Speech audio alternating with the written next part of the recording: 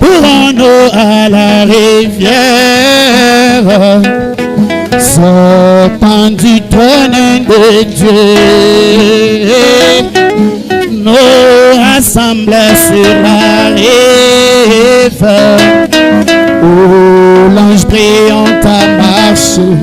Oui, Israël, oui, nous allons bientôt un jour à la merveilleuse rive. Oh, avec tous les saints à la rive, que coule du trône de Dieu. Oui, oh, au sein de cette rivière, le grand sauveur est à nous. Oh, nous marcherons plus de peine sous la gloire du trône. Oh, alléluia, oui, nous allons bientôt un jour à la avec tous les saints à la rive.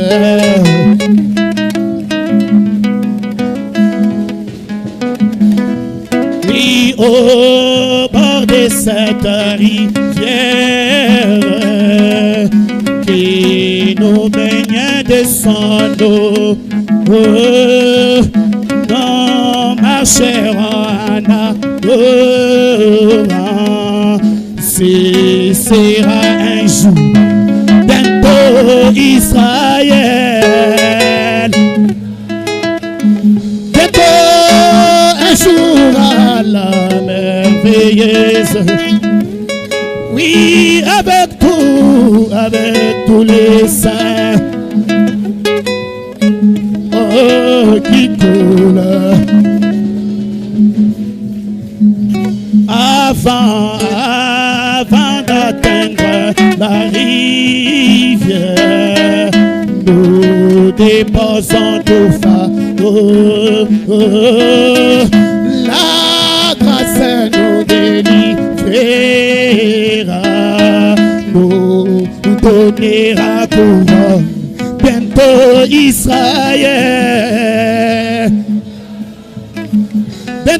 bientôt un jour à la merveilleuse, avec tous les saints, oh, qui coule du trône de Dieu. À la source de la rivière, reflétant la face de Dieu, les saints que la mort ne sait pas chanteront la grâce qu'ils sont. Oui, Israël, oui, nous allons, alléluia, bientôt un jour à la merveilleuse rivière, avec tous les saints à la rue. Oh oui, que coule du trône de Dieu. Dans une crèche il y a longtemps, je sais c'est évident, un bébé naquit sauveur du pécheur. Jean le vit sur les rivages de l'agneau pour toujours. Au Christ les crucifiés du. Oh oui, oh que jamais, l'homme de Galilée, il a fait beaucoup pour moi. Il pardonne mes péchés, me remplit du Saint-Esprit. Oh que jamais c'est tombé. Oh oui, oh que jamais c'est tombé. L'homme de Galilée, il a fait beaucoup. Jésus a fait beaucoup, il pardonne mes mes péchés, me remplis du Saint-Esprit. Regarde-le. Oui, le public vint prier au temple ces jours-là. Il cria, Seigneur, aie pitié de moi. Oui, ses péchés furent pardonnés. Une douce paix les remplit. Il dit, venez voir l'homme de Galilée. Oh oui, oh que j'aime c'est tout. Jésus, l'homme de Galilée, qu'il a fait beaucoup, il a fait beaucoup, il parle.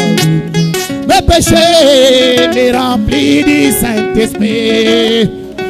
J'aime cet homme de Galilée.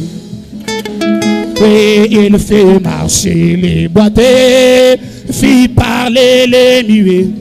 Cette puissance fait proclamer dans l'amour. Oh, et il fait voir les aveugles.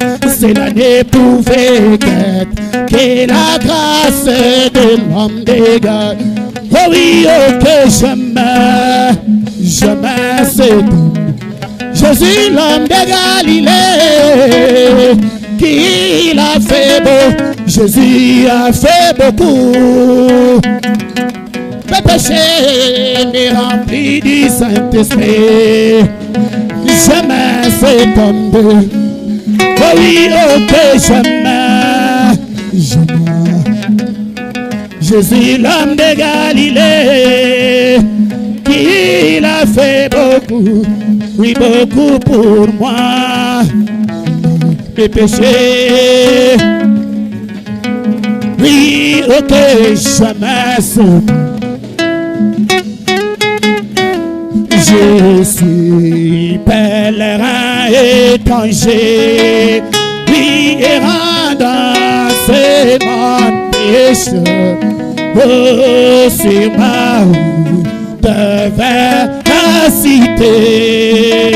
Lorsque le saint, oh oui, quand le saint, oh, quand le saint, voici ce jour-là, lorsque le saint, Jésus moi aussi, je peux être de ce nombre. Oh oui, lorsque le saint, voici dans le sein, oh, quand le sein, oh, ce jour-là, le saint, voici moi aussi, je vais être de ce nombre. Oh oui, lorsque le saint, quel est cet homme de Jésus? Oh, oh, oh oui, quel est cet homme de Jésus? Oui, quel est cet homme de Jésus? Oh, oh oui, quel est cet homme de Jésus? Basantu mulume uyesu nanye. Oh, oh, oh, uyesu nanye. Moloma wamba malo ezeka. Oh, oh, mukwe uyesu nanye. Moloma wakafofo la Lazaro. Melo, oh, alléluia, mukwe uyesu. Jésus, nous sommes ici. Oui, viens, nous sommes ici. Oui, viens regarder, nous sommes ici. Nous sommes ici. Oh Jésus, pour te chanter. Oh, pour te chanter. Oh, pour te chanter. Alléluia. Oh, pour te chanter. Oh Jésus, pour t'adorer. Oh, pour t'adorer. Oh, pour t'adorer.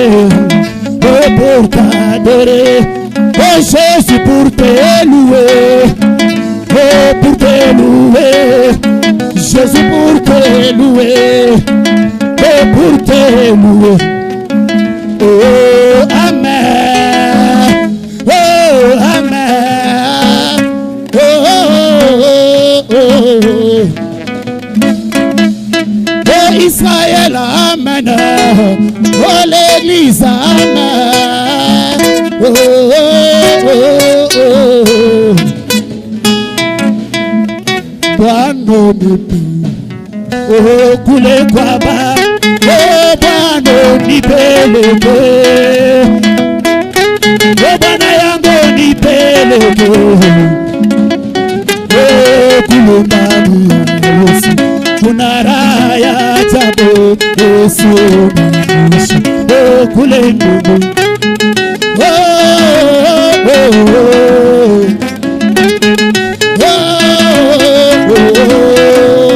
Hallelujah, mulungani Yesu, munara ya ajabu Yesu. Olembungu, Yerusalema mpya, Yerusalema mpya, ule mji ule unametameti, unapambwa pambwa kwa ajili, kweli.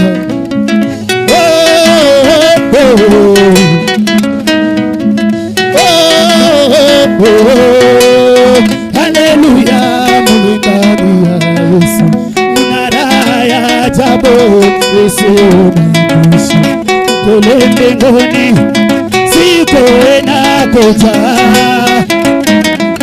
oh, siku inakuja, ile siku ile, oh, kwenye baraba,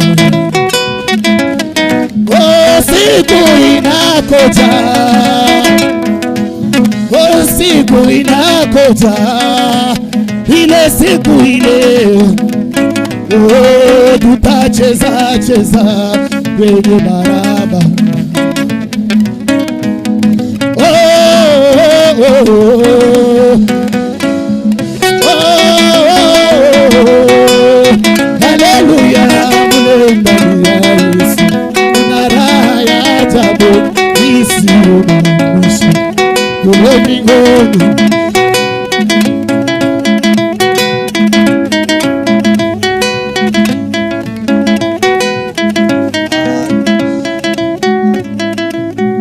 Alléluia. Que Dieu vous bénisse. Que Dieu vous bénisse. Mungu amibariki. Applaudissons pour la gloire du Seigneur. Tunapigia Bwana asante. Vous avez chanté comme des anges. Naimba kama malaika. Il fallait même disparaître de ce corps, aller habiter de l'autre côté. Ibidi tupotee hata mwilini humu twende tukaishi ngambo Je me ingine. sens très religieux ce matin. Najisikia wa kidini kabisa asubuhi ya Que leo. Dieu de Branham vous bénisse très richement. Mungu Abrahamu amibariki kwa utajiri. On nous signale qu'il y a des anniversaires. Hawa wananiambia kuna maaniversari. Sublime Mbouyi 1 an. Sublime Mbui mwaka mmoja. Alphonsine Mouchia 13 ans. Alphonsine Mushia miaka 13. Neville Chibanda 4 ans. Neville Chibanda miaka 4. S'ils peuvent s'avancer afin que nous puissions prier pour eux. Kama wanaweza kukaribia tupate kuwaombea.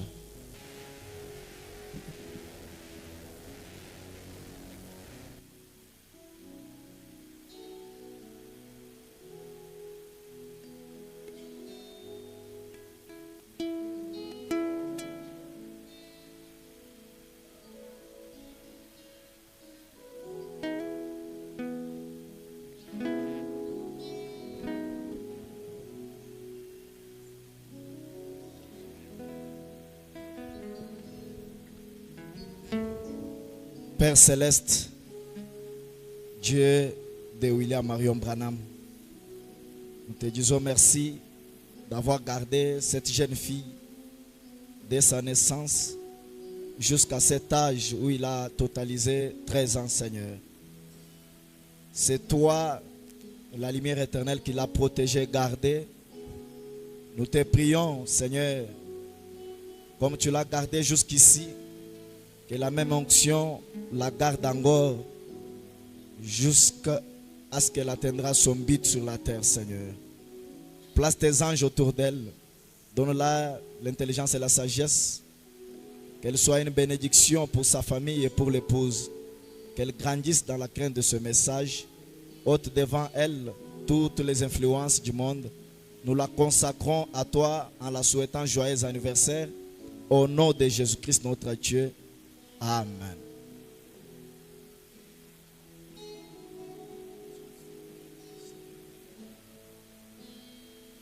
Je vais mettre. Toi tu as dit, laissez les enfants venir à moi, car le royaume des cieux est pour ceux-là qui ressemblent aux enfants. Ces garçons du nom de sublime, laisse qu'ils puissent être sublimes comme le dit son nom, Seigneur. Influence sa vie, ô Dieu Tout-Puissant, par le message. Bénis sa mère, bénis son père, bénis sa famille, ô Dieu. Puisse ta main puissante les protéger, Seigneur, devant toute intempérie mauvaise. Que Seigneur Jésus, la lumière éternelle, couvre sa vie. Père Dieu Tout-Puissant, nous les consacrons à toi en les souhaitant joyeux anniversaire, voulant que l'ombre du Très-Haut puisse réellement couvrir sa vie. Au nom de Jésus-Christ. Amen.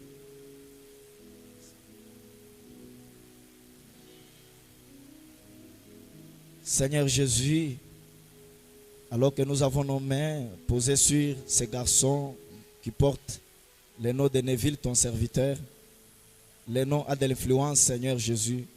Laisse qu'en grandissant, qu'il puisse être ton serviteur, Père. Bénis sa vie, mon Dieu, mon roi, alors qu'il totalise 4 ans. Ô Dieu Tout-Puissant, et 4 c'est la délivrance. Laisse que tu délivres sa vie, Père. Que les anges de Dieu les gardent et les protègent contre toutes choses mauvaises, Seigneur Dieu Tout-Puissant. Qu'il grandisse, ô Dieu Tout-Puissant, sous l'influence du message, loin des influences de ce monde de la Odyssée. Accompagne sa vie, bénis sa famille. Nous le souhaitons joyeux anniversaire au nom de Jésus-Christ. Amen. Amen.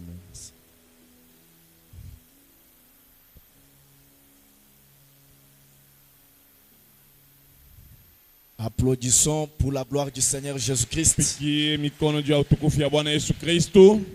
Que le Seigneur vous bénisse très très très richement. Bwana amibariki kwa utajiri kabisa. Amen. Est-ce qu'il y a des visiteurs parmi nous? Eti kuna bageni katikati yetu. Ceux-là qui ne croient, qui n'ont pas encore cru le message du temps de la fin. Wale hawayaamini ujumbe wa wakati za mwisho. Qui ont été invités aujourd'hui pour écouter la parole de communion avec nous. Wenye walialikwa leo kwa kusikia neno S'ils pamoja sont nasi. là, ils peuvent se mettre debout pour qu'on puisse les saluer au nom de Jésus-Christ. Kama beko hapo banaweza kushimama juu tuwasalimie mjina la Bwana wetu Yesu Kristo. S'il y a un visiteur, Kama kuna mgeni, homme ou femme, mwanaume wala mwanamke, garçon ou jeune fille, kijana, binti, que Dieu vous bénisse bien-aimés. Mungu abibariki Il y a encore mpendwa. quelqu'un d'autre? Kuko mwingine, Que Dieu vous bénisse. Mungu akubariki. Il y a encore quelqu'un d'autre? Kuna mwingine tena Du côté des sœurs, ngambo ya wadada. que Dieu vous bénisse. Que Dieu vous Mungu bénisse. amibariki mzee. Que Dieu vous bénisse richement. Mungu amibariki kwa Veuillez utajiri. vous mettre. Munaweza kuikala. Nous vous remercions d'avoir répondu à notre invitation. Tunamipikia asante kwa kuitika aliko yetu. Ici, nous croyons dans le Seigneur Jésus-Christ. Kwetu tunaamini mjina la Bwana wetu Yesu Nous Kristo. n'adorons pas un homme, Si atuabudu wake mais nous mutu. croyons que Dieu a envoyé un prophète au temps de la fin. Sisi tunaamini ya kwamba Mungu alituma nabii wakati ya Nous mwisho. remercions le Seigneur Jésus-Christ pour cette grâce qu'il nous accorde d'être au milieu de vous ce matin. Tunapikia Bwana asante kwa neema na tupatia kwa katikati yenu asubuhi ya leo. Je remercie particulièrement le docteur Eli Chimanga Napikia tena asante kwa kipekee Dr. Elia Chimanga pour la confiance qu'il a témoignée à ma personne. kwa tumaini ambayo anaishuhudia juu yangu. Aujourd'hui, je totalise presque tout à fait un mois que je suis derrière sa chair. Leo naenesha tu mwenzi mzima niko kumkongo ya mimbali yake. Pour moi, c'est un signe de confiance. Que Dieu le bénisse très richement. Kwangu mie ni alama ya tumaini kabisa. Mungu ambariki kwa Je remercie utajiri. aussi Israël Tabernacle Napikia tena asante Israel Maskani pour cette grâce et cette confiance que vous m'avez aussi témoigné. juu ya hii tumaini na mwe mnanishuhudia, J'ai appris à beaucoup vous aimer. lakini najifunza tena kumipenda daima. Hier, j'ai parlé avec le docteur Eli. Jana nilizungumuza na Dr. Elia, Je lui ai dit que vous avez très bien positionné votre église. nilimwonesha, lakini wewe unashimamisha imara kanisa yako Ce n'est mzuri. pas par flatterie que je l'ai dit. Haina kama vile nakuwa namtapia kwa Je bure. prêche quand même dans plusieurs endroits. Niko na ubiri mu mafasi ya Et mingi je sais comprendre les niveaux de l'église. na mimi najua kuelewa hatua ya kanisa. Vous êtes une église qui croit toute la parole. Nyinyi ni kanisa inaamini neno Et c'est yote. ça la voie du salut. Njoo inye njia ya ukovu, Tenant la dynamique et la mécanique. benye kushika nguvu na Et le vyombo. Seigneur vous bénisse très richement. Bwana mibariki kwa utajiri kabisa. Applaudissons pour la gloire de Dieu. Tupikie utukufu ya Bwana mikono. Je remercie ou je salue aussi tous les hommes de Dieu qui sont avec nous. Nasalimia tena batumishi ya Mungu bote beko Que katikati Dieu vous yetu. bénisse très richement. Mungu amibariki kwa utajiri. Je suis très content quand je vous vois et que je suis à la chair. Niko katika furaha wakati namiona niko Je sais que kumimbali. vous êtes en train de prier pour moi dans votre cœur. Najua kama Mungu naniombea moyoni mwenu. Et le Seigneur vous bénisse pour ça. Bwana mibariki juu ya ile. Je crois depuis le mercredi, Na mimi tanyamka tatu. Dieu nous a quand même bénis pendant ces 3 jours de réunion. Mungu alitubariki muhimu siku tatu ya Qui mikusanyiko. était béni pendant les 3 jours de réunion? Nani alibarikiwa muhimu siku tatu ya Que Dieu vous mikusanyiko? bénisse très richement. Mungu amibariki kwa utajiri. J'ai dit à quelqu'un Niliambia mtu moya, que je sens dans mon cœur qu'Israël Tabernacle est beaucoup béni. nasikia moyoni mwangu ya kwamba Israeli Maskani amebarikiwa daima. Je l'ai dit avec tout ce qui est à moi. Na isema na yote ambayo iko ndani yangu. Vous allez comprendre même après. Mtaelewa hata baadaye. Je sais que Dieu a fait quelque chose dans vos cœurs. Najua kama Mungu anafanya kitu moyoni Et mwenu. il va continuer encore à le faire. Na ataendelea Et kuyafanya. il va changer les vies de beaucoup de gens en cet Na endroit. atabadilisha maisha ya watu mingi katika Est-ce que siku. vous croyez cela? Eti mnaamini ile? Si vous croyez, dites un grand amen. Kama mnaamini mseme amina kubwa. Si vous croyez, dites un alléluia. Mseme haleluya. Que le Seigneur vous bénisse. Bwana mibariki.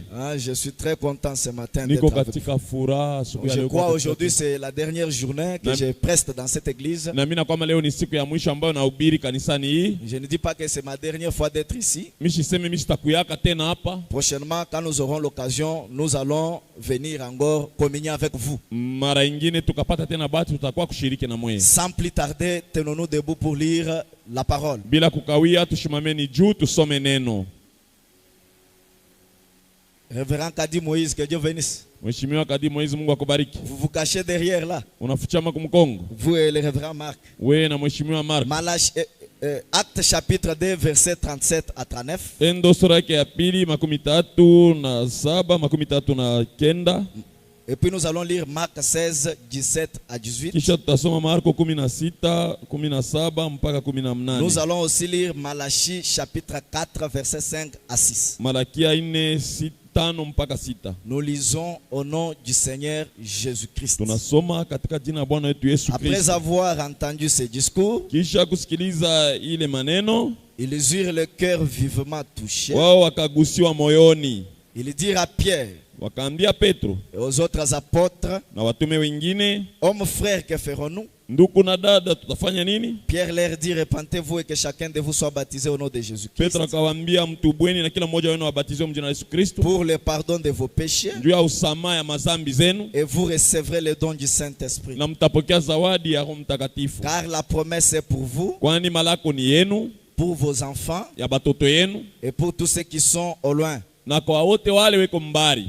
en aussi grand nombre que le Seigneur notre Dieu les appellera. Mubwingi bwabo bote bule Mungu atawaitaka. Marc 16, 17 à 18. Marko 16, 17 mpaka 18. Voici les signes, voici les miracles qui accompagneront ceux qui auront cru. Tazama miujiza itashinisha wenye wataamini. À mon nom, ils chasseront les démons. Katika jina langu watafukusha mapepo. Ils parleront de nouvelles langues. Batasema mu malugha mupya. Ils saisiront des serpents.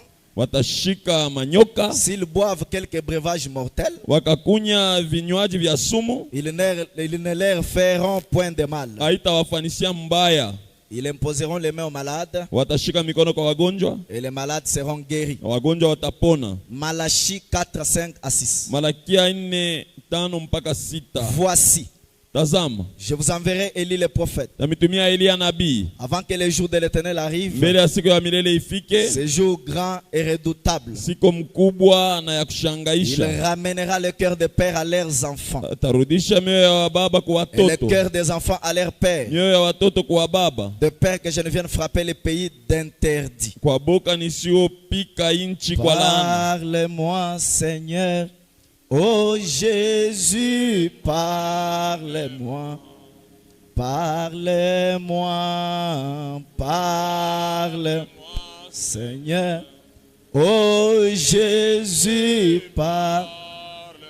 Jésus, parle-moi. Chaque jour, chaque nuit, par la force du Saint-Esprit, parle-moi. Oh Jésus, parle-moi. Alléluia, révèle-moi, Seigneur. Oh Jésus, révèle-moi. Oh, révèle-moi. Oh Jésus, Jésus, révèle-moi. Chaque jour, chaque nuit, par la force du Saint-Esprit, révèle-moi. Oh Jésus, révèle. Puissant vainqueur, toi le grand guérisseur du vin, toi le sauveur du vin, toi le rédempteur de tous les temps, toi qui es venu au temps du soir dans la chair humaine, nous te sommes reconnaissants pour ce rassemblement. Seigneur, tu as dit au temps de la fin, personne enseignera son frère, mais tous seront enseignés par le Saint-Esprit. Où est le vase que je suis, Père? Écarte-moi sur la scène. Laisse que cette réunion soit un mémorial au Dieu dans cette église. Père, que tu guérisses les malades, que tu sauves les pécheurs, que tu baptises du Saint-Esprit, que tu ramènes les rétrogrades, que tu délivres les vies des gens. Car la bonne nouvelle nous est annoncée, Père. Laisse, mon Dieu, mon roi, que tu accomplisses tes promesses ce matin. Alors que nous chassons hors d'état de nuire tous les petits esprits impurs au nom de Jésus-Christ par l'autorité. Père, que cela soit dans des milieux arides et que les Saint-Esprit et les anges de Dieu défilent en ces lieux. Qu'en sortant, chacun de nous ait un témoignage. Nous consacrons tout pour ta gloire au nom de Jésus-Christ. Amen. Amen. Que le Seigneur vous bénisse richement. Bwana mibariki kwa utajiri. Amen. Frère Règle, que Dieu te bénisse richement. Ndugu Egle, Mungu akubariki kwa En utajiri. tout cas, tu m'as soutenu pendant les moments de prière. Unanishika wakati ya maombi. Je pensais que tu allais fuir. Niliwazia kwamba utakimbia ile deo. Je vois que tu es un guerrier. Naona ya kwamba wewe ni mshujaa. Pour commencer mon message ce matin, Ndio ya kwanza ujumbe wangu asubuhi ya leo. je vais lire dans le sermon intitulé Une bannière. Tasoma katika mahubiri bendera. Au point 7, Frère Branham dit, Nukta yake ya 7 ndio bama nasema. quelques membres de son église. Wamemba chache wa kanisa lake. Frère Branham parle de Job. Ndio bama nasema juu ya Ayubu. Quand Job passait par des moments difficiles. Wakati Ayubu alikuwa anapitia wakati ya magumu. Quand Job était couvert des ulcères partout sur son corps. Wakati Ayubu alijaa na bupele mwilini mwake. Quand Job avait perdu ses enfants, ses biens. Wakati Ayubu alipotesha watoto vitu vyake. Quelques membres de son église sont venus pour le voir. Wanamemba kidogo wa mkanisa yake walikuwa kumuona. Frère Branham dit quelques membres de son église étaient venus le consoler. Wanamemba kidogo wa mkanisa yake walikuwa kwa kumfariji. Ils s'étaient assis. Wao walikala. Les dos tournés vers Job. Wanamgeukia Ayubu mkongo. Pendant 7 jours. Masiku 7.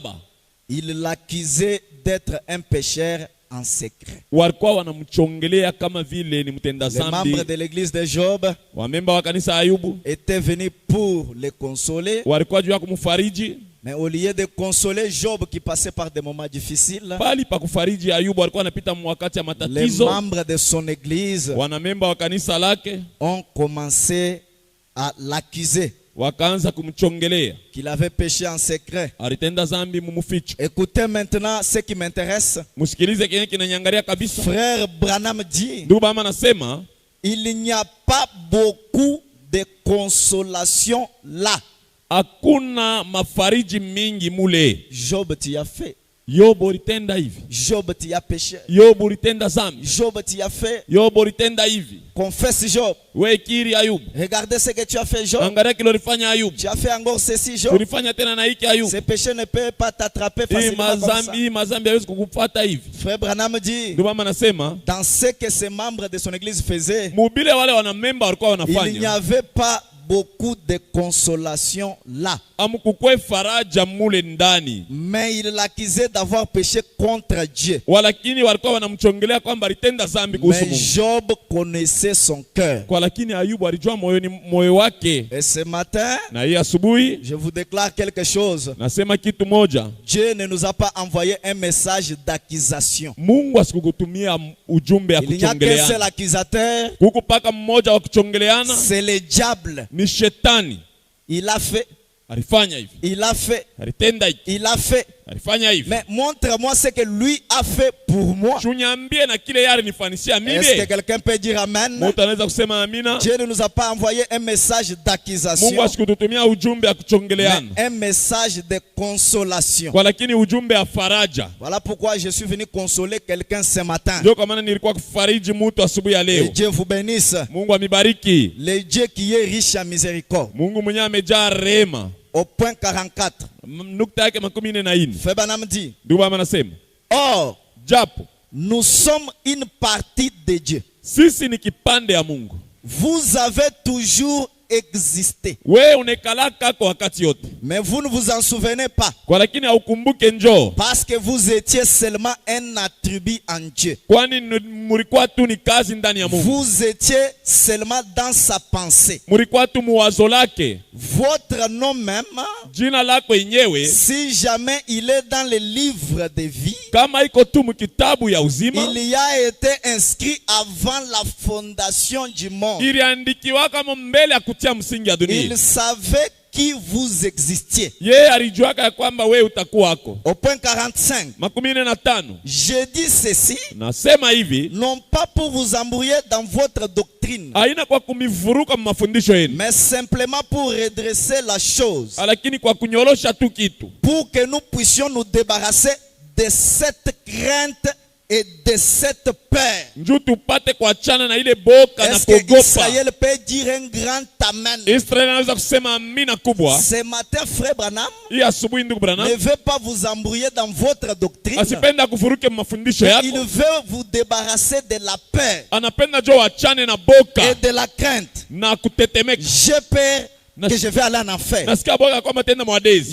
J'ai peur que je ne vais pas être guéri. nasikia boka kwamba J'ai sitapona, peur que je ne serai pas béni. nasikia boka kwamba sitabarikiwa, J'ai peur de rétrograder. nasikia boka ya kupungukiwa J'ai nyuma, peur de mourir. nasikia boka ya Frère kufwa. Branham dit, Ndugu anasema même si votre nom a été inscrit dans le livre de vie, hata kama jina yako iliandikiwa mu ce kitabu n'est ya pas uzima, maintenant que votre nom est inscrit dans le livre de vie. haina kwamba leo ndio banaandika. Votre nom a été inscrit dans le livre de vie Jina lako iliandikiwa mu kitabu ya uzima avant la fondation du monde. mbele ya kutia misingi ya dunia. Frère Branham continue, il dit, Ndio anaendelea anasema, vous ne savez pas qui vous êtes. aujue kile wiko Vous n'allez pas devenir. we, hautakuya kintu Non, fulani. je vais devenir un fils de Dieu Amitakuwaka mtoto wa quand je Mungu vais avoir le baptême du Saint-Esprit. wakati tabatiziwaka na Roho Ce Mtakatifu. matin, j'ai dit à quelqu'un, Hii asubuhi naambia même mtu, si tu n'as pas encore le Saint-Esprit, hata kama huyu abatiziwa tu na Roho es Mtakatifu, déjà un fils de Dieu. wewe uko mtoto wa Mungu. Est-ce que quelqu'un peut dire Amen? Mtu anaweza kusema amina. Dites d'abord Amen, la phrase va suivre.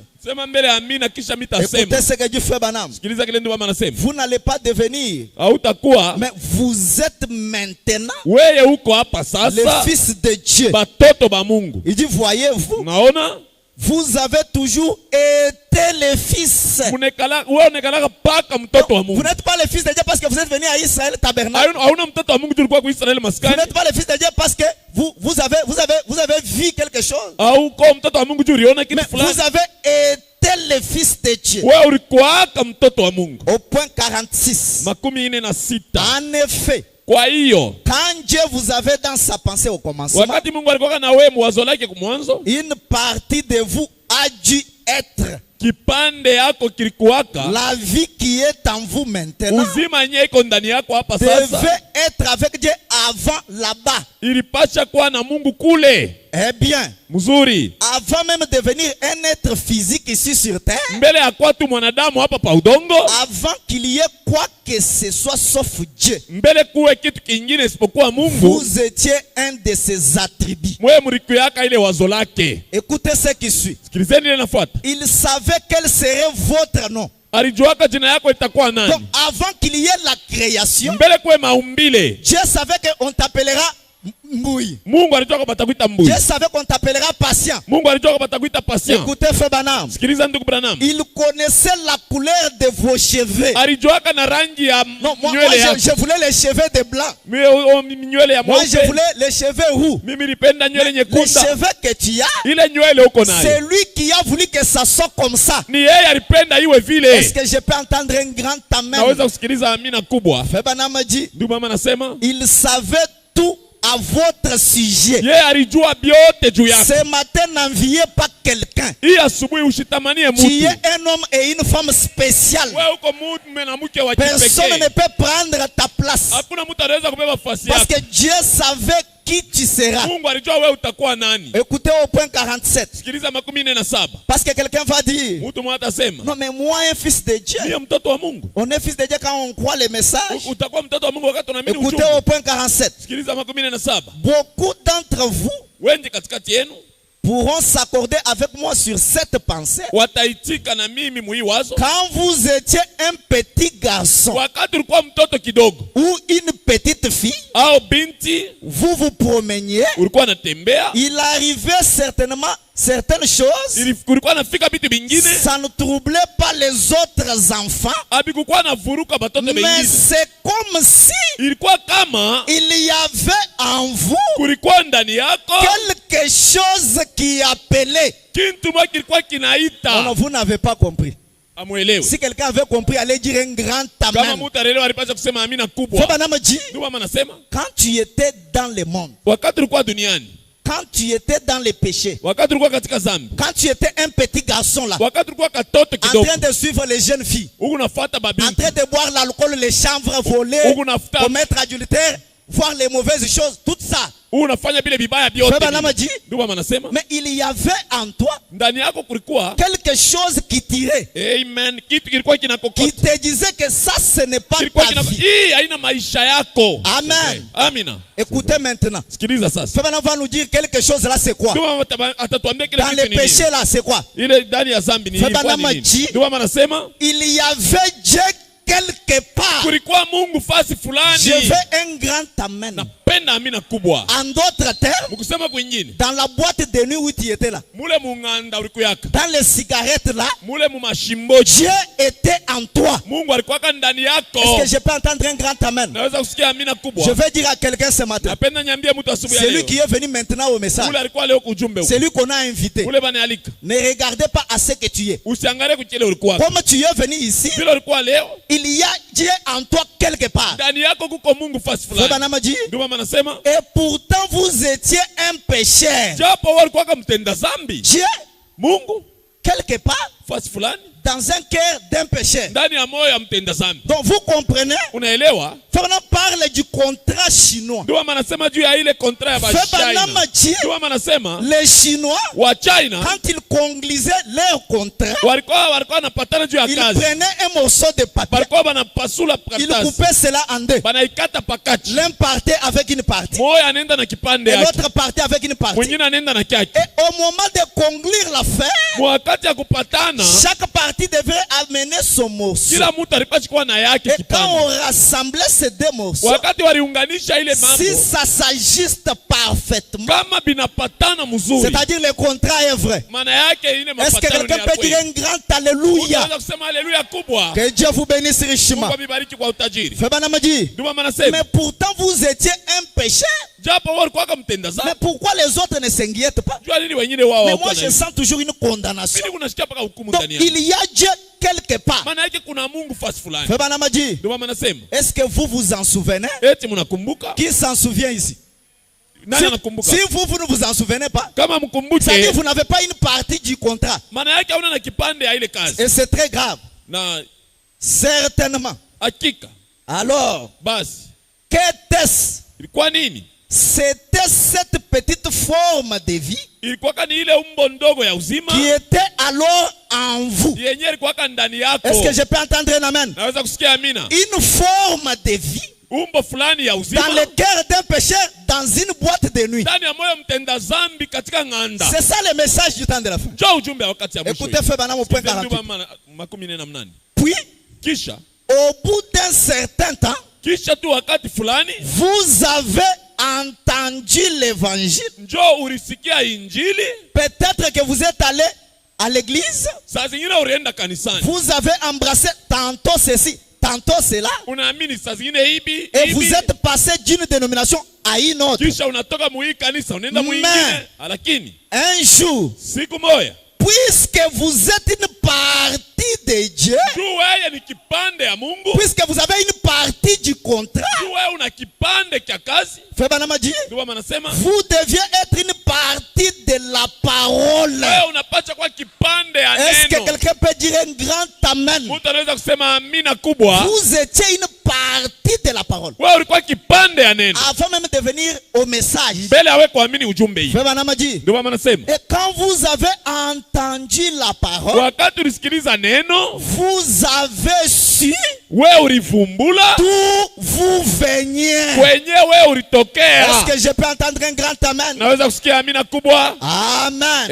Amen. Quand vous avez entendu la parole, Wakati ulisikia neno avec une partie du contrat qui était en vous, na kipande ya neno ilikuwa ndani yako, cette forme de vie en vous, ile umbo ya uzima ndani vous yako, avez compris. Donc ulielewa moi je viens de quelque part. mimi natokea fasi fulani. Febanamadi, Ndio manasema vous avez reconnu la vérité. wewe ulitambua ukweli. Vous avez toujours été. Mwe munekalaka paka La semence mbegu avait toujours été en vous. ilikuyaka tu ndani yako. Quand est-ce que la semence était en vous? Ni wakati gani mbegu ilikuwa Ce ndani n'est pas yako? maintenant. Haina C'est leo, avant, quand tu n'étais pas encore venu au message. ni mbele uyakwaka ku ujumbe. Dieu avait placé cette semence-là en toi. Mungu alitia ile mbegu ndani yako. Écoutez maintenant ce qui suit. Sikilizeni sasa ile inafuata. Febanamadi, Ndio mama nasema, je suis en train de poser des bases. niko natia msingi. Febanamadi, Ndio mama nasema, la parole neno a vu la parole. iliona neno ingine. Est-ce que je peux entendre un amen? Naweza kusikia amina. Donc, toi qui es la parole, Wewe ni neno. tu regardes, Unaangalia, tu vois la parole. unaona neno. Est-ce que quelqu'un a compris? Eti mtu anaelewa. La parole Neno voit la parole. inaona neno. Bon, Sasa frère, ndugu, non, la plénitude n'est pas dans une chair humaine. shia La plénitude n'est pas dans un homme. Frère. utela haina Est-ce mwili ya mtu. est-ce que la plénitude peut entrer dans un Eti homme? utela inaweza kuingia tu ndani ya mtu. Comprenez qu'il n'a pas une partie du contrat chez Elewa lui. kama ule kona nasema vile sina na Mais kipande toi ile. qui as la partie du contrat, Wewe mwenyewe ni kipande ya neno. tu es la parole Wewe ni et neno. tu vois facilement la parole. Na mkepesi unafumbula Parce que neno. c'est là où tu viens. Kwani ni kule Je vais unatokea. entendre un amen de foi. Penda nisikie imani ya imani. Amina ya Applaudissons pour imani. la gloire de Dieu. Tupikie juu ya utukufu ya Mungu. Écoutez, frère Banam. Sikiliza ndugu manam. La parole a vu la parole qui était en vous, Neno iliona neno ilikuwa ndani yenu. qui existait avant la fondation du monde. Yenye ilikuwa hapo mbele kutia misingi ya dunia. Vous avez vu la parole Uliona neno et vous êtes venu à elle. na ulikuwa kuneno. En Amina. d'autres termes, Mkisema kwingine. tu n'es pas croyant parce que tu es venu seulement maintenant. Wewe hauna mwaminifu juu unakuwa Même leo. dans le péché là, Hata katika dhambi. tu étais un fils et une fille de Dieu. Ulikuwa binti wala mtoto wa Mungu. Est-ce que quelqu'un est avec moi? Mtu yuko nilifasa. C'est-à-dire la profondeur Maana yake upana appelle la profondeur. inaita upana ingine. Frère Banam a dit, Ndio maana nasema. avant qu'il y ait les nageoires sur un poisson, Mbele kuwe ile Il devrait y avoir l'eau quelque part créée pour que les poissons nagent. Donc, si ce matin, tu as besoin de la guérison en toi, avant que tu aies ces besoins, il y a déjà une partie du contrat. Une partie du contrat chinois de la guérison quelque part pour toi. Si tu as besoin du Saint-Esprit, c'est-à-dire quelque part, il y a déjà une partie du contrat chinois qui est là disponibilisée pour toi. Quand tu as la soif du Saint-Esprit, tu as déjà la chose. Parce que juste avoir soif, c'est une bénédiction. Est-ce que je peux entendre un grand amen? Est-ce que quelqu'un peut dire un alléluia? La Bible a dit, heureux ceux qui ont faim et soif de la justice, parce qu'ils seront rassasiés. Donc si tu as soif de l'argent, tu ne veux pas ta petite maison là, tu ne veux pas marcher à pied. Ce n'est pas tout le monde qui s'inquiète. Il y a des gens qui aiment leur vie là. Mais quand toi tu n'aimes pas ta maison là, quand toi tu n'aimes pas ta vie là, c'est-à-dire la profondeur appelle la profondeur. C'est-à-dire ce matin, il y a déjà une grande maison pour toi quelque part. Est-ce que quelqu'un peut dire un alléluia? Quelqu'un peut dire un gloire à Dieu? Saluez ton voisin. Dis-lui la profondeur. Appelle la profondeur. Dis-lui encore la profondeur. Appelle la profondeur. Applaudissez pour la gloire de Dieu.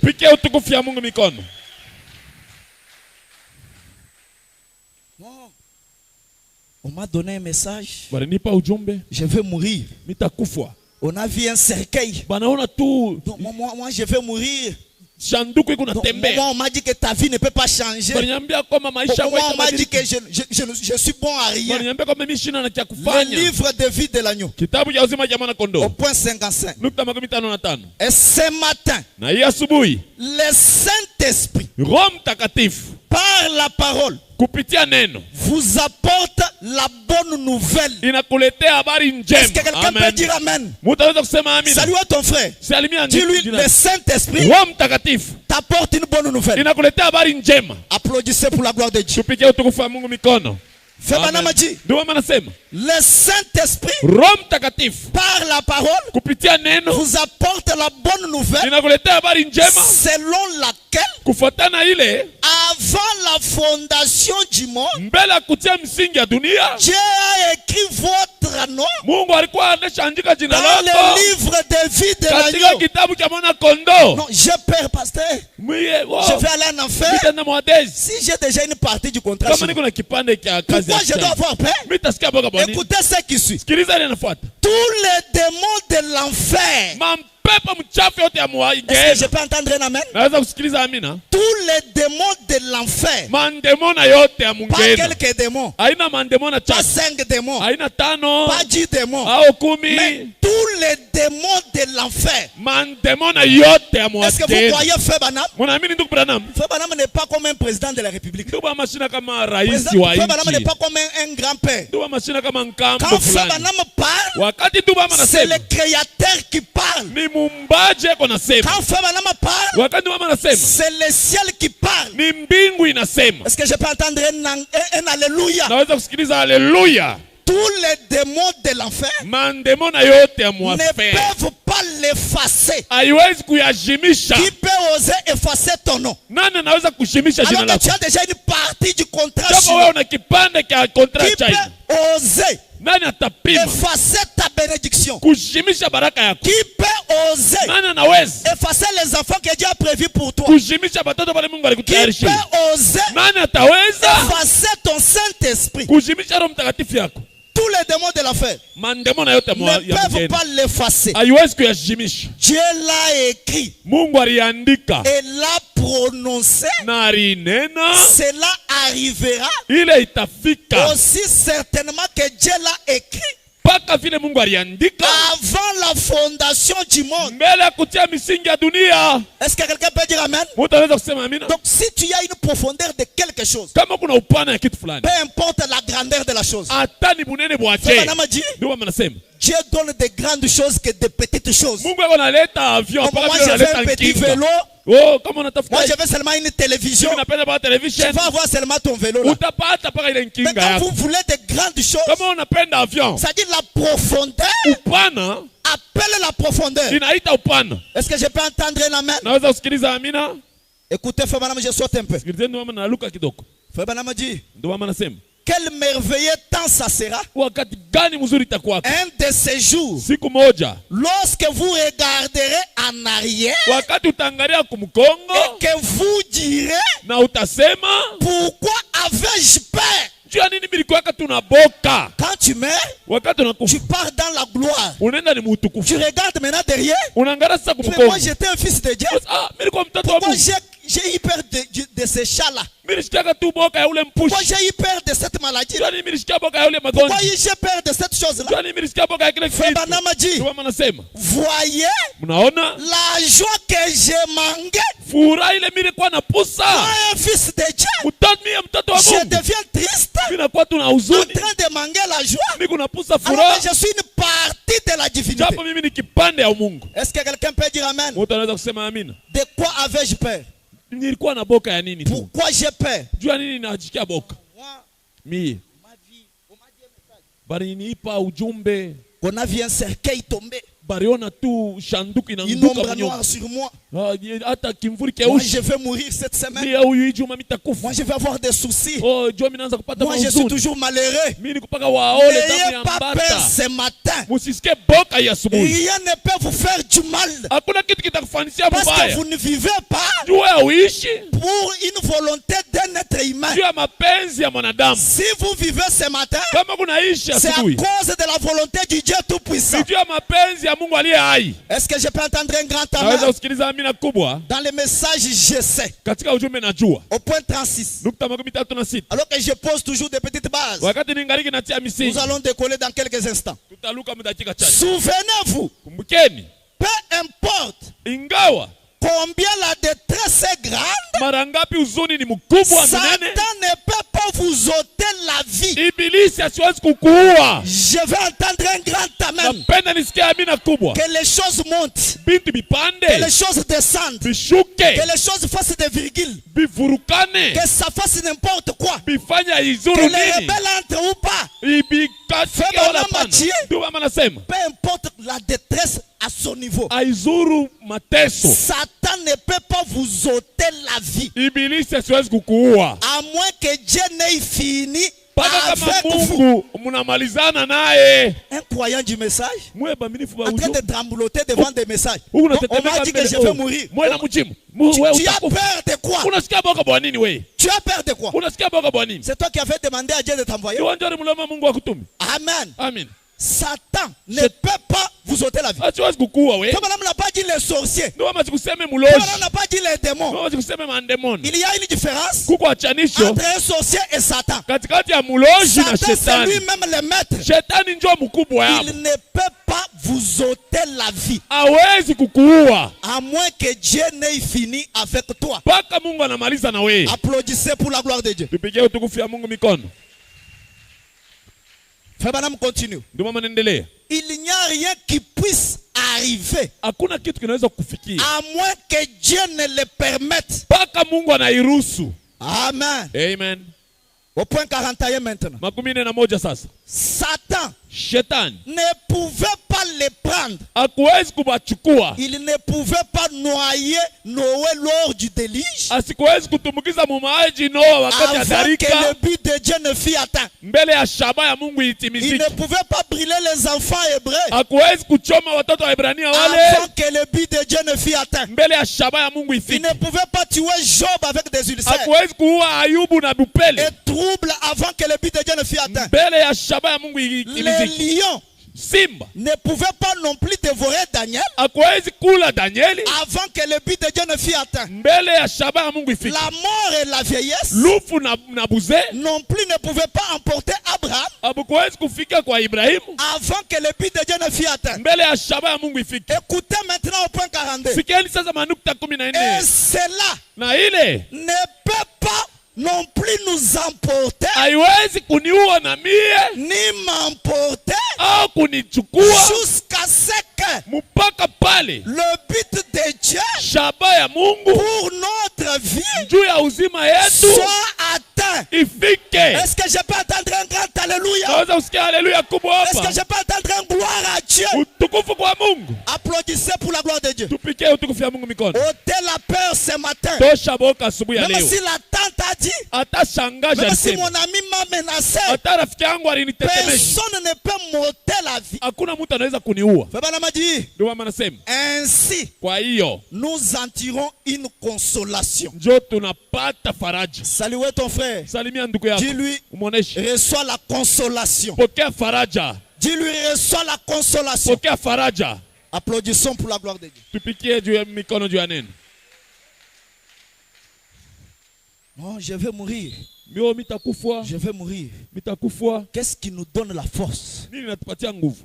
Dieu nous a promis Mungu alitulaka une autre partie du contrat. kipande kingine cha kontra cha. Dieu nous a promis Mungu alitulaka au temps du soir wakati ya magharibi qu'il y aura une partie du contrat. utakuwa na kipande cha kazi. Moi, avec une partie du contrat, Mie na kipande cha ile quelque kazi. chose qui tirait à moi avant. Kitu kilikuwa kinakokota kwangu Et mbele. quand j'entends une voix Wakati nasikia sauti d'une autre partie du contrat, ya kipande ingine je m'approche de plus près nakaribia kabisa pour voir ce que c'est. juu ya kuona ni nini. Je suis dans le message, le troisième saut, Niko katika ujumbe muhuri wa 3 au point 48. 48. Febanama dit, Ndio mama anasema maintenant, sasa regardez, angalieni.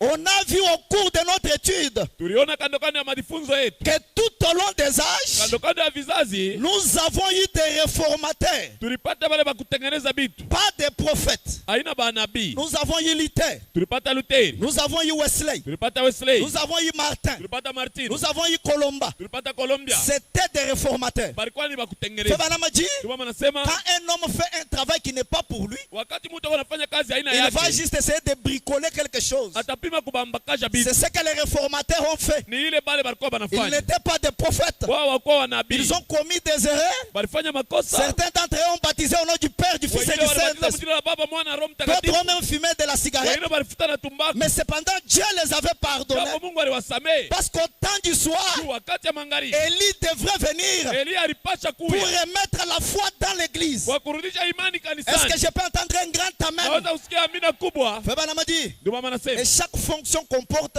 à son propre travail. kazi yote ni kila kazi yote inaambatana na kazi. Écoutez au point 50. Nukta 15.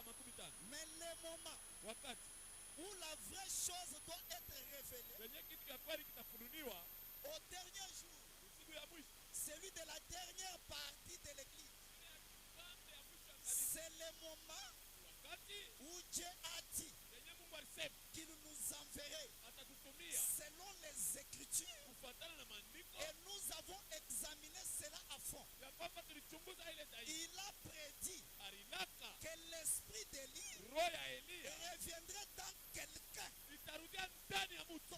L'esprit d'Élie, Roho ya Elia pas sur un groupe de gens d'abord. haina juu ya mtu ya Non, maji. l'esprit d'Élie Roho ya Elia revenant dans quelqu'un. inarudia ndani ya Est-ce mtu. que je peux entendre un alléluia? Naweza kusikiliza haleluya. Écoutez, Frère Branham. Sikiliza ndugu Branham. Bon, je pense Na wazia que cela a été expliqué très clairement. ile ilifasiriwa waziwazi. Et nous nous attendons à ce que ça arrive. Na tunachunga ile ifike. Ça arrive quelque part. Itafika kwa fulani. Écoutez ce qui suit. Sikia kile kinafuata. Une personne Mtu moyo ou un yenye kupakaliwa doit venir napasha kuya dans les derniers jours. kuma siku ya mwisho. Oh, l'église n'a pas compris. Kanisa haielewi. Frère Branham dit, Ndio maana nasema mtu moyo ou un mwenyewe kupakaliwa doit venir anapasha kuya dans les derniers jours. musiku ya mwisho. Écoutez ce qui suit. Sikia kile kinafuata. Bon, Mzuri. vous entendrez beaucoup de fanatiques Wewe mtashika sasa mapendelevu mingi et tout le reste. na vingine. Mais ce n'est que le diable qui essaie de détourner les gens du vrai. Itakuwa tu ni shetani anapiga kuvuruga Moi, Kakou bantu. Philippe, Mimi toka je suis votre messager du ndio 8e âge. mjumbe wenu waoneo. Tel s'élève. Fulani Moi, anashika. je suis le messager. Mimi ndio Ce mjumbe. n'est que le diable Ni qui shetani. essaie de tourner les gens Anapima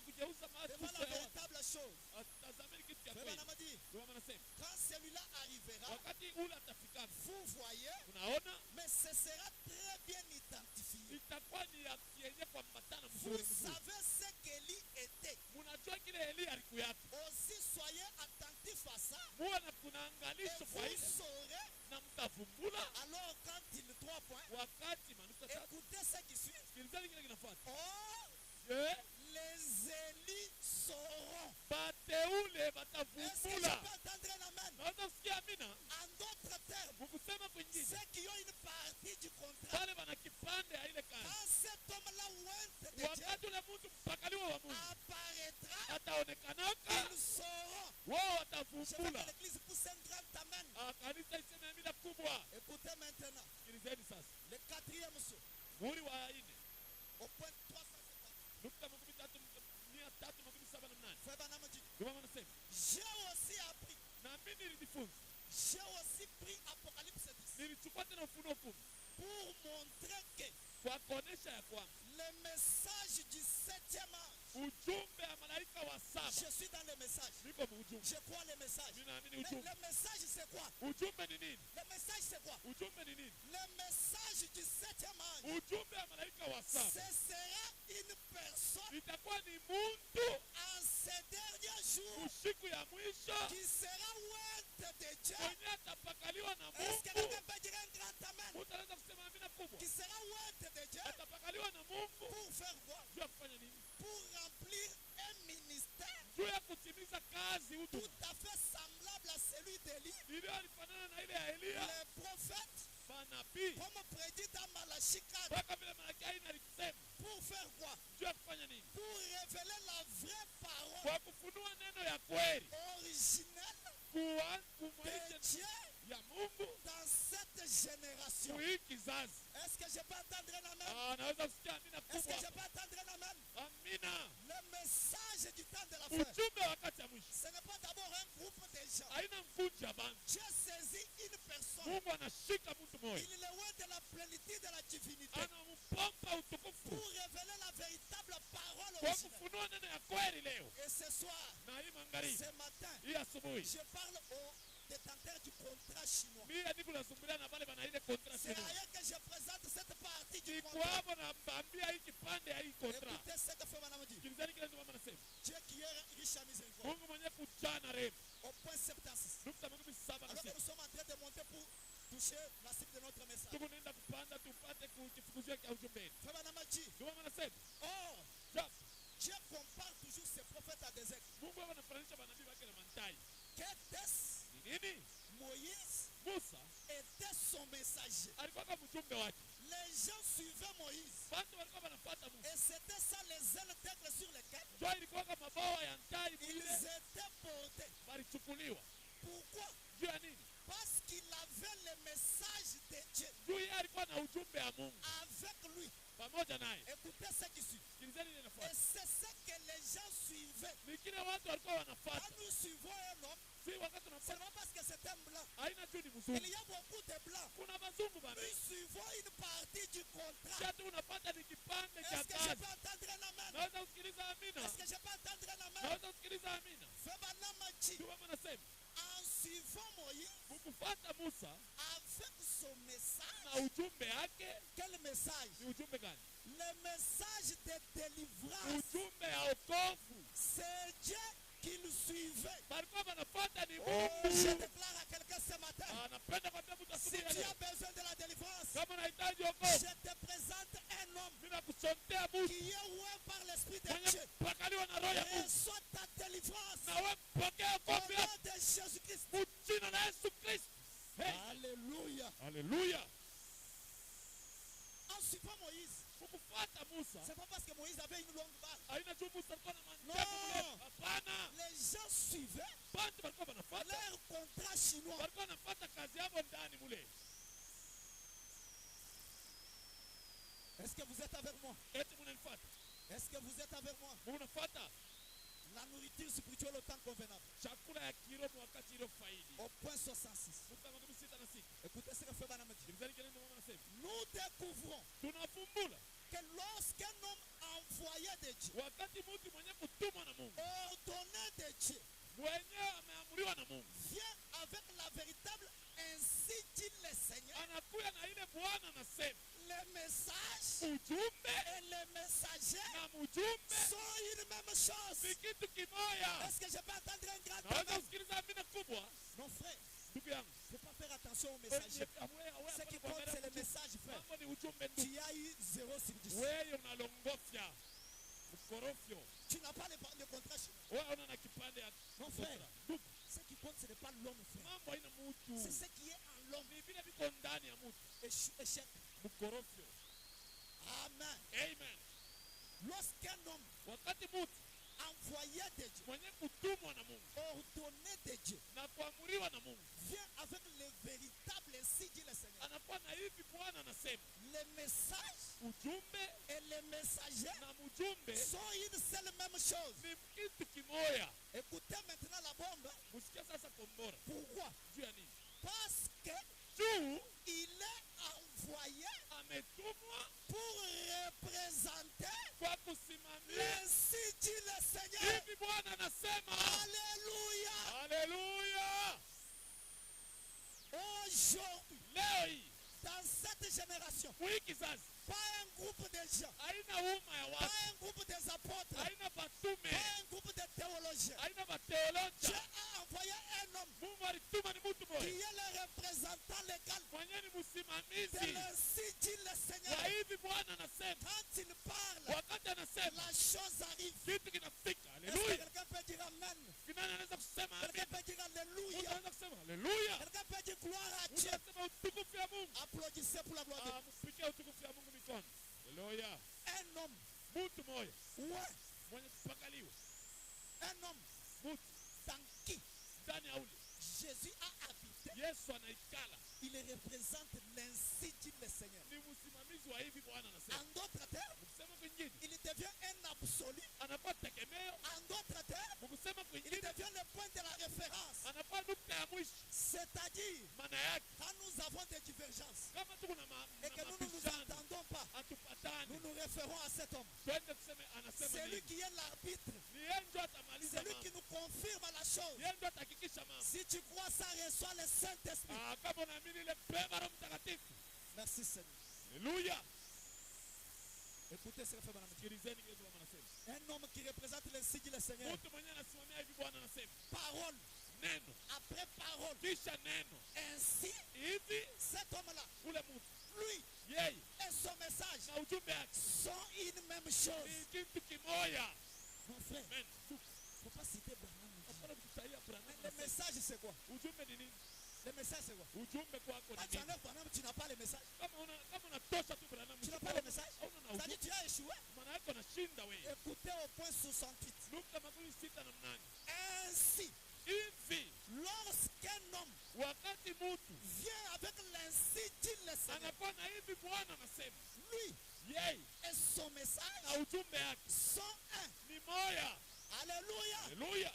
Et lorsqu'Élie vint Wakati Eliya alikuya avec l'ainsi dit le na Seigneur, hivi Bwana anasema, lui yeye et Eliya son message na ujumbe yake devinrent un. pakakuwa moya, Juste comme Jésus, mpaka vile Yesu. quand il vint, Haleluya. Wakati il était alikuya la parole. alikuwa neno. Saint Jean 1. Mtakatifu Yohane wa kwanza Ainsi, hivi la parole de Dieu neno ya Mungu et les messagers de na l'âge ujumbe wa kizazi ont toujours été wao wanakaraka paka une seule même chose. kitu kimo. Haleluya. C'est-à-dire, Maana yake même quand un sorcier s'approche hata wakati mulaji pour anakaribia te grimacer, juu ya kukutetemesha, si tu dis Branham dit, kama nasema Branham il anasema va fuir. haleluya, Il va fuir. Est-ce atakimbia. que je peux entendre un amen? Naweza kusikiliza Même amina. si c'est un magicien, Hata kama ni mchawi, avec l'ainsi dit le na Seigneur, hivi Bwana anasema, sorti de Alléluia. la bouche de feu Branham, anasema tu hivi, cela peut détruire tout ile l'enfer. tapomona vyote.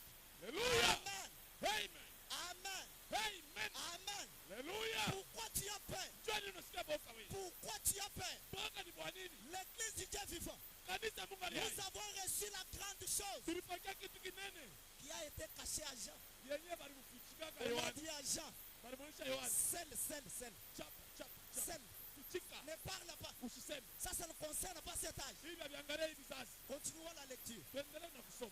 Maintenant, au point septembre. Sasa, kunuka mambo. Voyez-vous Unaona où moi, Branham, j'essaie d'avenir. au kwenye mimi nafikia Sikia, Ce matin, hii asubuhi je vous ai parlé assez clairement. nilionyesha waziwazi. Ne voyez-vous pas Amuone l'autorité du Dieu vivant mamlaka ya Mungu aliye dans hai. l'église vivante? Haleluya. Alléluia. Haleluya. Merci Seigneur. Haleluya. Haleluya. L'épouse, Bibi harusi. les malades sont guéris. Magonjwa wanapona. Les morts sont ressuscités. Wafu wanafufuka. Les boiteux marchent. Viwete vinatembea. Les aveugles voient. Vipofu vinaona. Et l'évangile Na injili est prononcé dans sa puissance. imenenwa muwezo yake. Pourquoi? Juu ya nini? Pourquoi les aveugles voient? Juu ya nini vipofu Pourquoi vinaona? les boiteux Juu ya marchent? nini vilema vinatembea? Pourquoi les morts Juu ya ressuscitent? nini wafu wanafufuka? Alléluia. Haleluya. Pourquoi? Juu ya nini? Car Kwani les messages ujumbe et les messagers na mjumbe sont la même chose. Haleluya. Haleluya. Haleluya. Haleluya. Qu'est-ce qui peut faire marcher un boiteux? Nini inaweza kufanya kiwete atembee? Qu'est-ce qui peut faire voir les yeux d'un aveugle? Haleluya. Nini inaweza S'il kufanya y a un boiteux ici, kama kuko kiwete hapa? qu'il commence à jeter ses béquilles Anza mbele kutupa au mabeki nom yake. de Jésus-Christ. Mjina la Yesu Kristo. Car les messages Kwani ujumbe et les na messagers mjumbe. sont un. Haleluya. Amen. Merci Seigneur. Asante Bwana. Frère Branham dit, Ndio mnasema. la parole Neno est dans l'église. liko ndani ya kanisa. Quelle église, Ni frère Branham? kanisa kani? Zambe Malamu, Ni Nzambe Malamu. Pentecôtiste. Ni Wampenta. Quelle église? Ni Bamalemba. Dans la personne. Ndani ya mutu. Dans la personne. Ndani ya mutu. Avec ça, Na hii reçoit la bénédiction. pokea baraka. Au Haleluya. nom de Jésus-Christ. Mjina la Yesu Kristo. Car les messages Kwani ujumbe et les na messagers mjumbe sont un. ni moya. La Bible Biblia est devenue inakuya une réalité. ukweli. La Bible Biblia est rendue manifeste. hivi inaonekana. Amen. Haleluya. Amen. Haleluya. Ce matin, Hii asubuhi même si tu avais le cancer, hata ulikuwa na kansa. Haleluya. j'enlève cela Na itosha au ile. nom de Jésus-Christ. Mjina la Yesu Kristo. Ce matin, Haleluya. même si tu avais le myome, Hata ulikuwa na miomo. j'enlève cela Haleluya. au nom de Jésus-Christ. Amen. Ce matin, Hii asubuhi même si tu avais le sida, hata ulikuwa na malaria ya ukimwi. j'enlève cela Haleluya. au nom de Jésus-Christ. Amen. Ce matin, Haleluya. j'enlève ta pauvreté, Haleluya. j'enlève ta souffrance, j'enlève ta malédiction. Haleluya. Pourquoi? Juu ya nini? Le message Ujumbe et les messagers na mjumbe sont un. ni moya. Le pilote de Frère Cadner, Ule piloti ya nduka tene. le pilote de Frère Cadner, Mtembezaji ndege wa nduka qui avait tene. les jambes ankylosées, Mwenye alikuwa na miguu yenye kupambana. après être dans la réunion de Févana, Kisha kuingia mkusanyiko wa ndugu il Branham. a commencé à réfléchir. Alianza kufikiri. Il a dit, Alisema, oh Seigneur, Bwana, je crois naamini que ce que cet homme chauve hiki huyu mtu alibala a dit ce soir, alisema hii magharibi c'est une réalité. ni kweli. Févana Machi, Ndio maana nasema dans un instant, mutakika cha les jambes, mikulu ses orteils yaye na ont commencé à bouger. vinaanza kutenga. Ont commencé à bouger. Haleluya. L'ange lui a dit, Malaika alimwonyesha Branham, Branham, si tu amènes les gens, kama unafikisha bangi, si tu amènes les gens kama unafikisha bangi, à te croire, takuamini même pas le cancer, hata kansa. même pas le cancer, Haleluya. Hata ne kansa peut résister, haiwezi ne kushakia, peut résister. haiwezi kushakia. Pourquoi? Juu ya nini? Dieu Mungu et l'homme na mutu sont devenus un, wanakuwa moya, sont devenus un. wanakuwa moya. Févana Machi, Ndio maana nasema le messager du temps du soir ujumbe wakati wa et mwisho les messages na mjumbe devront répondre wanapaswa aux kujibia problèmes, kumambo. aux circonstances, Haleluya. aux difficultés Kumatatizo du temps du ya soir. wakati wa magharibi. Si tu crois cela, Kama naamini ile ressuscite au nom de Jésus-Christ. afufuka mjina la Yesu Kristo. Si tu crois cela, Haleluya. reçois le Saint-Esprit. Pokea Roho Mtakatifu. Si tu crois cela, Kama naamini ile soyez bénis, barikiwa, soyez sauvés, okolewa, soyez restaurés, wewe urudishwe kitu, soyez libérés, wewe funguliwa, soyez libérés. funguliwa Au nom de Jésus-Christ, mjina la Yesu Kristo. demandez à Samadé, Umuulize Samade, demandez à Samadé, muulize Samade. alors qu'il doutait, Wakati alikuwa anashakia, Madame lui a dit, ndio marimuonesha Samadé, Samade, tu auras cette parcelle-là. utapata ile lupango. Il a dit, Feu Madame, Nini ndio Branham? 25 ans kunakuwa miaka makumi que mbili le na dossier tano est au tribunal. vitu viko Fabalabayati, ndio marimonesi ce matin, samade tu auras cette maison utapata ile pango en brique rouge. En brique rouge. safari ya rushi. Amen.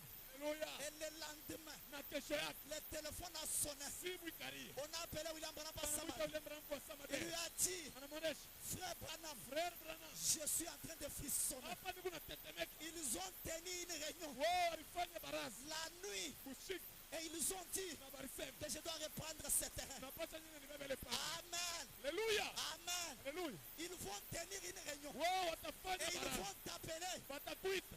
Amen. Haleluya. Amen. Haleluya. Que le Dieu de Samad Na Mungu wa samade soit le Dieu d'Israël tabernacle. awe Mungu wa Israeli maskani. Recevez des parcelles Mpokee au mapango nom de Jésus-Christ. mjina la Yesu Kristo. Soyez bénis. Mbarikiwe. Soyez sauvés Muokolewe. par le message Kwani ujumbe à proclamer la délivrance. imeneno wokovu. Par le message Kwani et ujumbe la vérité. ni ukweli. Si frère Branham Kama ndugu Branham est un vrai prophète, alikuwa nabii wa ce kweli, matin, hii asubuhi reçois le Saint-Esprit. pokea Roho Au Mtakatifu. nom de Haleluya. Jésus-Christ, Pokea- recevez des millions. Pokea Au mamilioni. nom de Jésus-Christ, Mjina la Yesu Kristo. reçois ta guérison. Pokea uponyaji wako. Reçois ta guérison. Pokea uponyaji wako. Recevez la délivrance. Pokea wokovu. Soyez bénis. Mbarikiwe. Soyez prospères. Mwe Allez mustawi. de l'avant. Enda mbele. Au nom de Jésus-Christ. Katika jina la Yesu Kristo. Que Dieu vous bénisse. Mungu amebariki. Haleluya. Merci Seigneur. Asante Bwana.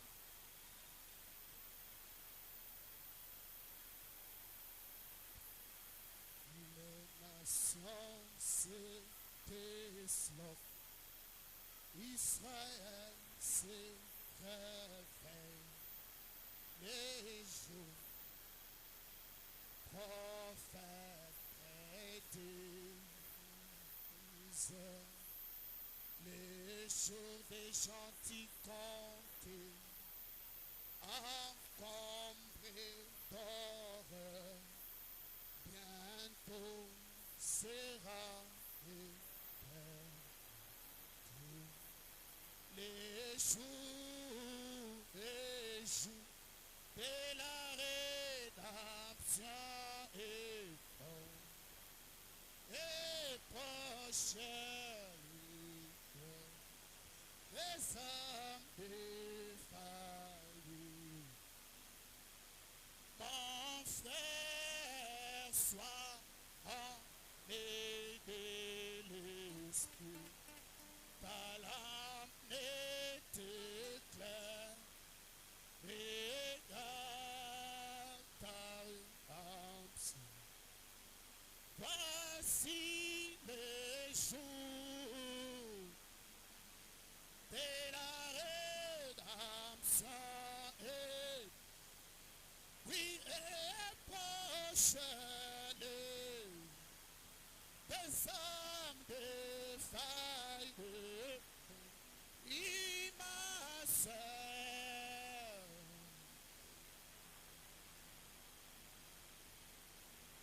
ta lampe n'était claire, regarde ta rédemption.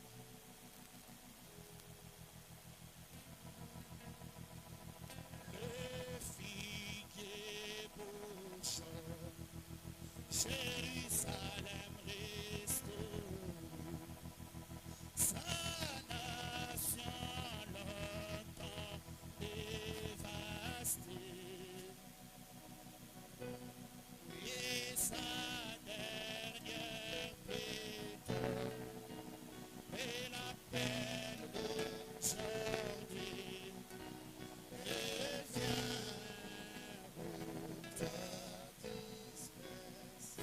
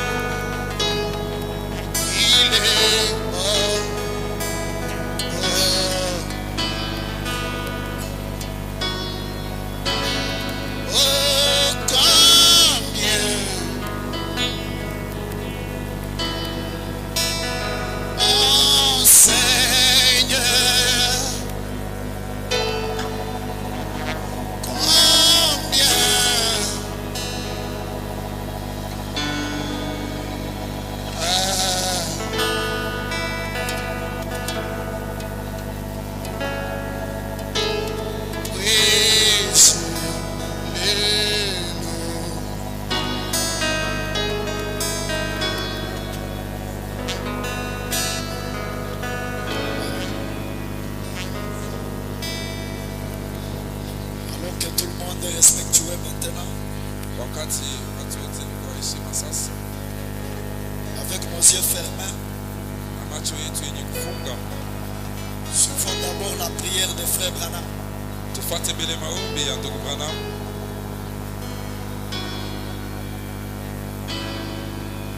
Alors que Frère Branham prie pour nous, Wakati ile ndugu Branham iko natuombea, après cette prière, kisha hii maombi vous allez vous imposer les mains les uns les autres.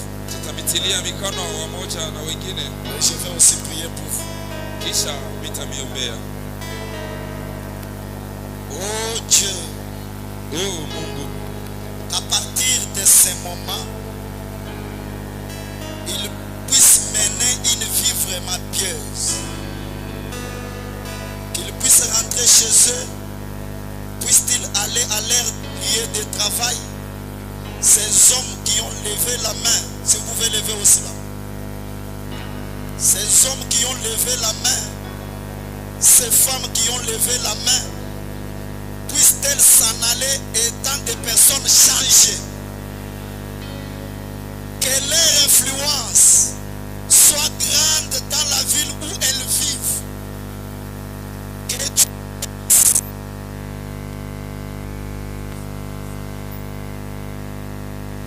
ce qu'ils font, s'ils font des affaires, accorde que leurs affaires progressent et deviennent plus importantes.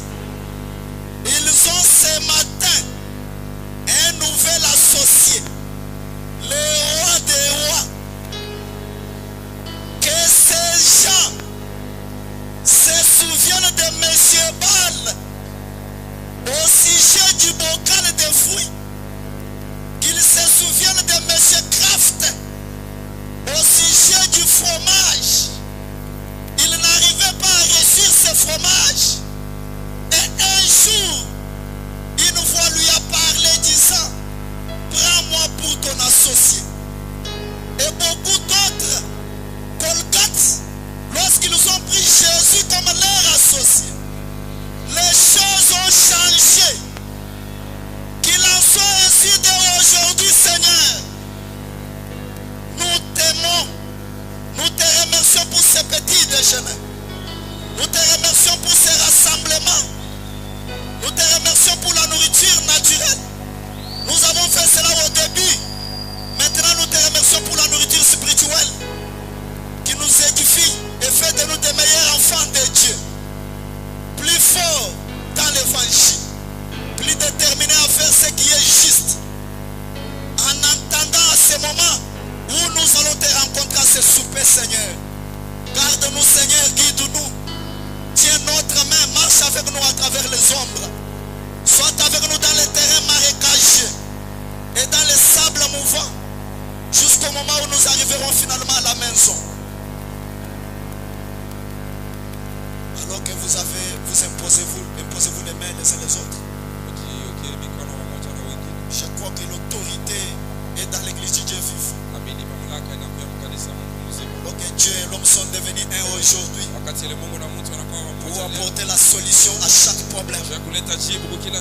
Même si tu as une maladie, peu importe ton problème ce matin, regarde à la véritable expiation. Dieu est dans une chair humaine. Jésus-Christ lui-même rendu manifeste pour faire sortir les gens de toutes les traditions dénominationnelles. Croyez seulement. Alors qu'on nous entend ce cantique-là.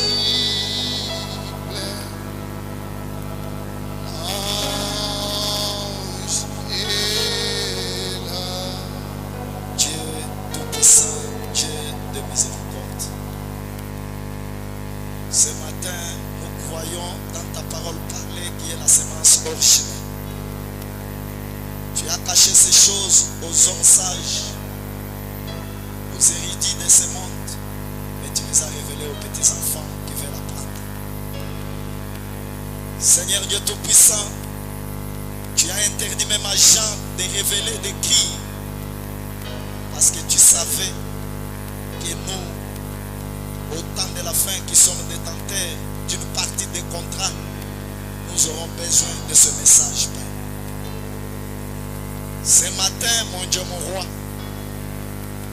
alors que tu nous as envoyé un message et un messager puissant pour répondre aux solutions et aux problèmes du temps de la fin.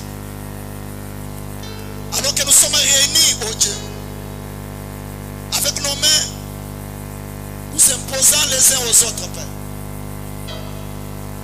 Toi, tu as donné à l'église du Dieu vivant la puissance et l'autorité de prononcer la parole et que toi, tu vas l'accomplir, Seigneur. En tant que ton serviteur, Père, prenant la foi de William Branham, prenant la foi du pasteur Eli, ensemble avec la foi de ce peuple, au nom puissant de Jésus-Christ, je chasse toutes les maladies dans cet endroit, Seigneur. Oh Dieu, sous l'autorité de ta parole infaillible, tu viens de nous dire que quand un homme représente l'insi, dit le Seigneur, lui et son message sont un.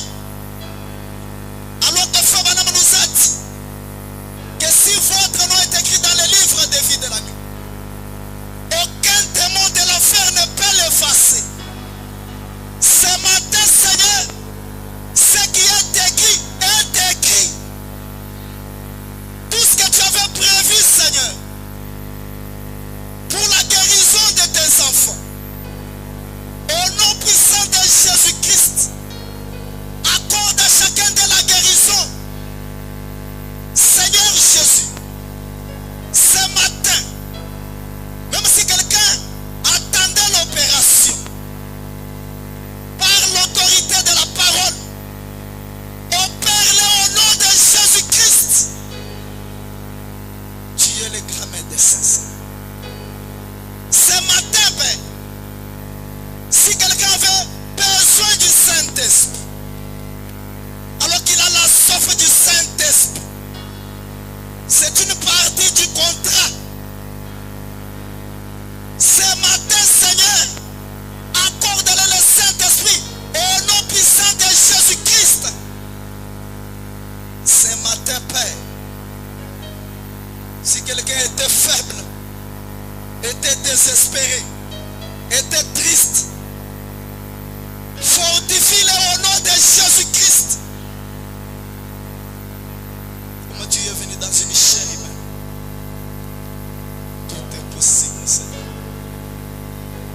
Ce matin, Père, si quelqu'un habitait dans une petite maison, si son travail ne marchait pas, s'il ne prospérait pas, toi le Dieu de Colgate, toi le Dieu de John Charit, toi le Dieu de Dr Samater, toi le Dieu de Baal, oh Dieu, bénis Israël tabernacle au nom de Jésus-Christ. Seigneur Dieu Tout-Puissant, alors qu'ils se sont dérangés pour construire ce tabernacle, ils nous ont fait des sacrifices rationnels à la nourriture de leurs enfants. En tant que ton serviteur sous l'onction, Père, qu'il soit béni au nom de Jésus-Christ. Oh Dieu Tout-Puissant. Si quelqu'un était lié par les chaînes du péché dans le monde des ténèbres et que sa vie spirituelle ne progressait pas, ce matin, Père, comme tu es devenu un avec ton messager, libère-les au nom de Jésus-Christ. Soyez libérés au nom de Jésus-Christ. Soyez délivrés au nom de Jésus-Christ. Merci Seigneur. Toi tu manifestes toujours tes promesses, Père. Laisse que nous ayons de grands témoignages dans cette église. Tu veux maître, tu veux roi. Nous croyons ce matin que tu nous as parlé, Seigneur. Comme tu as dit dans ta parole, si vous demandez quelque chose, croyez que vous l'avez reçu et vous le verrez s'accomplir. Nous croyons que tu nous as donné cela au nom de Jésus-Christ. Merci pour ta délivrance, Seigneur Jésus. Merci pour ta bénédiction, Seigneur. Merci pour le Saint-Esprit. Merci pour frère Branham. Merci pour le message. Merci, Seigneur, pour le pasteur Elie Israël Tabernacle. Dieu tout-puissant. Si quelqu'un était venu pour la première fois, toi la parole qui a été proclamée, puisses-tu entrer dans son cœur et qu'il prenne une décision de se faire baptiser au nom de Jésus-Christ. Car tu es l'ange qui peut parler dans le cœur. Tu es la partie du contrat qui est cachée même dans les péchés, Seigneur. Car nous nous souvenons quand nous étions dans le monde, Père, quelque chose tirait à nous, Père Dieu Tout-Puissant. C'était la profondeur qui appelait la profondeur. À toi l'honneur ce matin. À toi la gloire. À toi l'élévation. À toi la magnificence. Père, tu as dit si vous priez au nom de Jésus-Christ, c'est comme Jésus lui-même qui a prié. Ce matin, nous clôturons cette prière au nom qui est au-dessus de tout nom. Au nom qui fait trembler l'enfer. Au nom qui fait bouger les démons. Le nom qui fait fuir la maladie. C'est le nom qui avait ressuscité Jean-Baptiste dans le sein de sa mère. Au nom puissant de Jésus-Christ. Et nous disons Amen.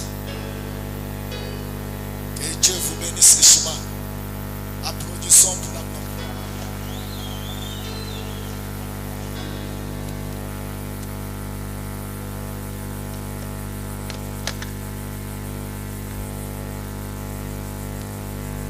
Que Dieu vous bénisse richement. Est-ce que vous êtes fatigué? On va faire passer le panier d'offrande tel qu'on le fait là. Le premier panier passe. Les suivants fait la suite, c'est le panier d'offrande missionnaire. Parce que Dieu est tellement merveilleux, on va le faire autrement que chaque fois. Nous allons nous mettre debout pour chanter. Nous marchons vers Sion. Tout est déjà libéré, nous allons vers Sion. Que Satan veuille ou qu'il ne veuille pas, nous allons vers Sion. Quel que soit ce qu'on a eu hier, mais aujourd'hui nous allons vers Sion. Nous pouvons nous mettre debout. Le panier d'offrande, ça ne signifie pas que vous ne pouvez qu'être assis. Nous pouvons nous mettre debout, nous louons le Seigneur alors qu'on est en train de le faire.